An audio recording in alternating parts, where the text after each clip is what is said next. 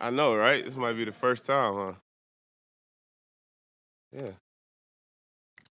What is, let's go back a year and compare it to now. What's it like reporting to camp this year, knowing, the culture in the building, you're handsomely compensated for the long term. What's it like? Do you feel more ownership in the situation here now? I gonna say I feel more ownership, but the anxiety levels are a lot lower than they were last year. Stress levels a lot lower. Um, I feel comfortable in the team that we have, and I know that I feel like when we put it, when we got all the guys on our roster on the field, I feel like we the team to beat. So it's the first time in my career I walked into a situation with that type of confidence, and I know that around this time, probably 32 out of 32 teams had that same type of confidence. But I feel like it's real here, and I feel like the coaching staff lines up with the culture, and the players line up with what the coaching staff expects. And I think this is a year we can do some special things. A big right guard in the draft.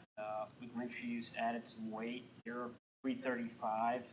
Are you anticipating more of a power element moving forward with this team? Obviously, Kyle's not going to change his offense, but Right. just the ability to, at a goal line or a short yardage, just kind of move people. I think that's the goal, and that no matter whether you run in zone or whether you run in power, the goal of the offensive line is to be able to move people and create avenues for the ball carrier. I think McGlinchey added weight. I think that was more so a personal thing that he wanted to do for himself.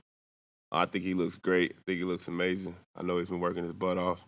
Obviously, bringing Banks in is a chance to compete.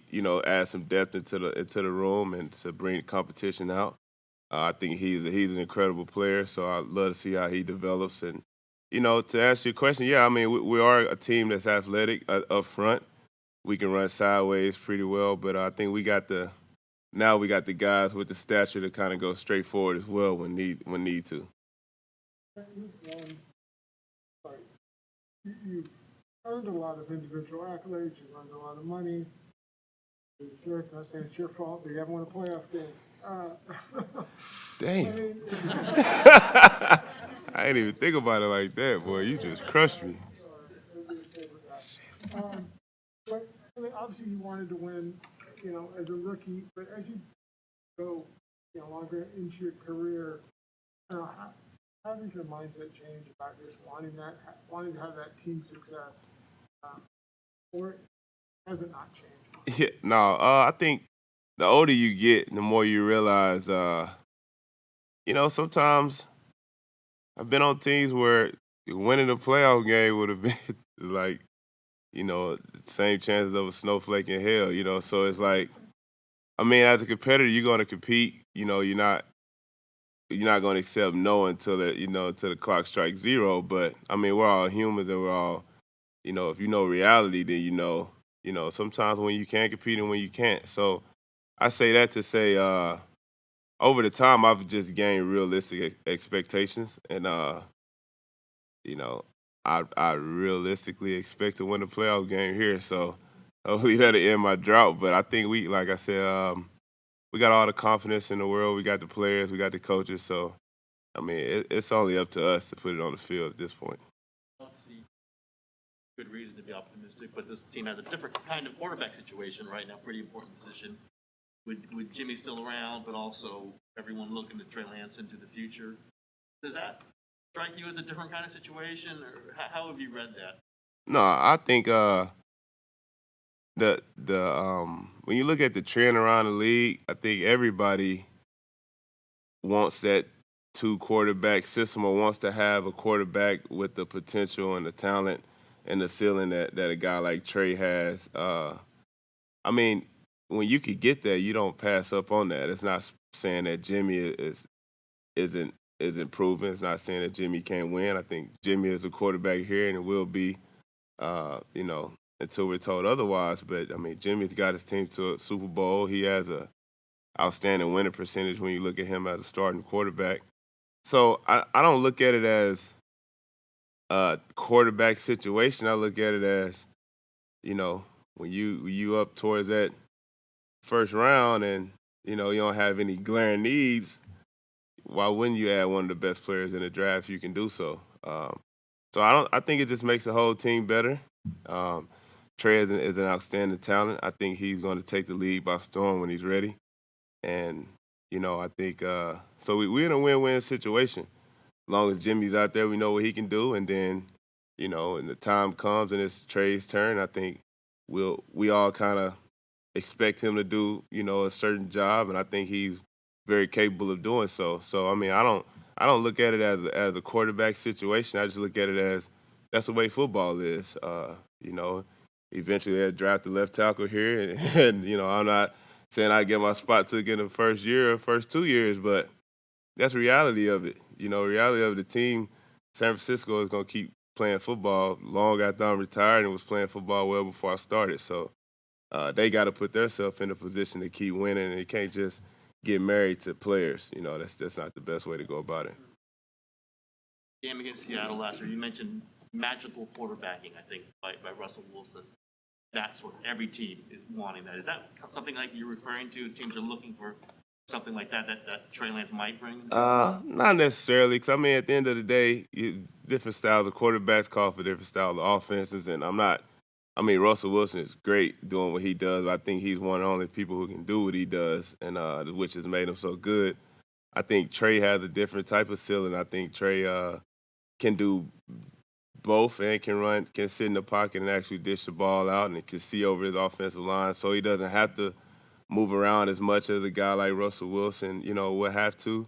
So I think I look at them as two different players, but no, I literally look at it like they got to put themselves in position to continue to be able to compete and continue to put the players that can win games on rosters. So no, I don't. I mean, everybody wants a magical quarterback, and that could come in the sense of being a Tom Brady or Russell Wilson or Pat Mahomes. So it doesn't have to come in a dual threat sense. But um, I wasn't. No, that's not really what I was referring to. I was just referring to it, keeping the roster in the position to compete.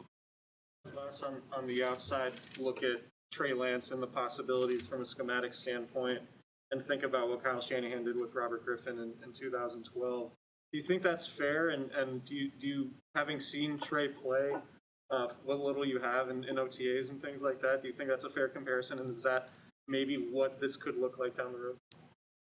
I mean, I think the only similarities they have is they're both athletic, him and RG. I mean, we'll see. But like I said, it's not even really. I haven't really thought that far about it.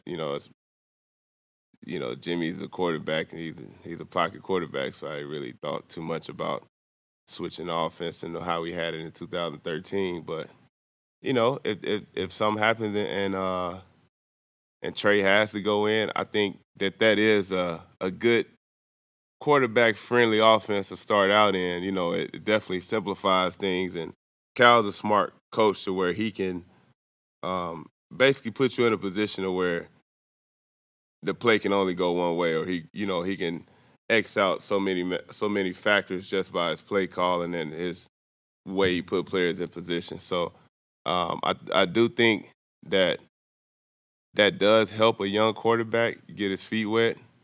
But I'm not saying that he's going to be exactly what RG3 is or whatever. I think Trey Lance is going to be Trey Lance, and that's you really can't just put players in a box like that. One thing Kyle said was when you incorporate a quarterback who has that dynamic in the running game, when it comes to practicing, it's not all that difficult for the rest of the guys because maybe some of the blocking concepts are similar to just traditional running plays. Is that true? And what's it like as an offensive lineman when maybe there are different packages for a quarterback with a different skill set like that? Well, I think for offensive linemen, when a quarterback is running the ball, it basically puts it 11 on 11.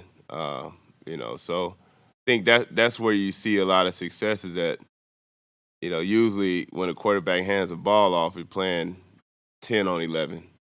So if a quarterback keeps the ball, now we're 11 on 11, and one missed tackle can be a touchdown. So I think when you're running that dual threat quarterback style type of offense, That's just one of the caveats that come with it is that the defense has to defend everybody. Uh, so I think that could kind of equate to some instant success sometimes in certain situations. I was talked about openly wanting to try and trade for Stafford and Sean Watson at a certain point, and then when that didn't work out, they went to Trey Lance, and I assume that Jimmy Garoppolo doesn't love, all that. As a competitor, there's a sense that he's probably not going to be here next year. Have you noticed anything different about him? Just not that he's screaming or maybe openly, but just a different edge or a different type of mentality. Now, you know what's crazy, man, is that Jimmy has always been a fierce competitor. When I watched him play with his, a lot of people didn't know me. His ankle was, damn near an inch away from me, less than an inch away from just snapping. So, just watching him even fight through and try to play a guy who's accomplished so much, like you said, got a lot of money, went to the Super Bowl. Like he didn't have to press forward like he tried to and tried to play hurt. And the guys respect that. So I can't. I'm not gonna just say, hey, this is Jimmy last year on the team or whatever. I mean, Jimmy handled it. He's handled this situation probably best as I can imagine anybody handling it. So I mean, I can't speak for Jimmy on how he felt or whatever. We can only assume, but I don't think it's a big a deal that everybody's making it. I think Cal's been pretty open by saying Jimmy's a quarterback, and I think for Jimmy, if you take your team to the Super Bowl or take your team on a deep playoff run, I mean, who could criticize that? And as hard as it is to find good quarterback play in this league, it's just hard for me to see a guy being that successful and they just let him walk out the front door the next year. So I mean, like I said, it's all out of my hands, all above my pay grade. I'm just an employee here.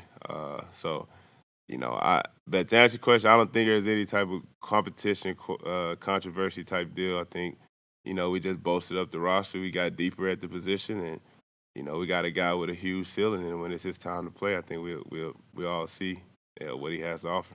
On that same topic, do you feel like maybe what's going on in the media outside the building is way different than what the mood is in the building? Yeah, it'll always be like that. I mean, and nothing against you guys. Y'all have to make stories. Y'all have to create, interest from the surrounding fans and the support system. So I mean, yeah, it's what fans want to hear about. They want to hear about stuff like that. But inside the building, it's a lot more, cut and dry. This is our guy, and this guy's learning. That's just pretty much how it goes. Thank you, Trent. Yep.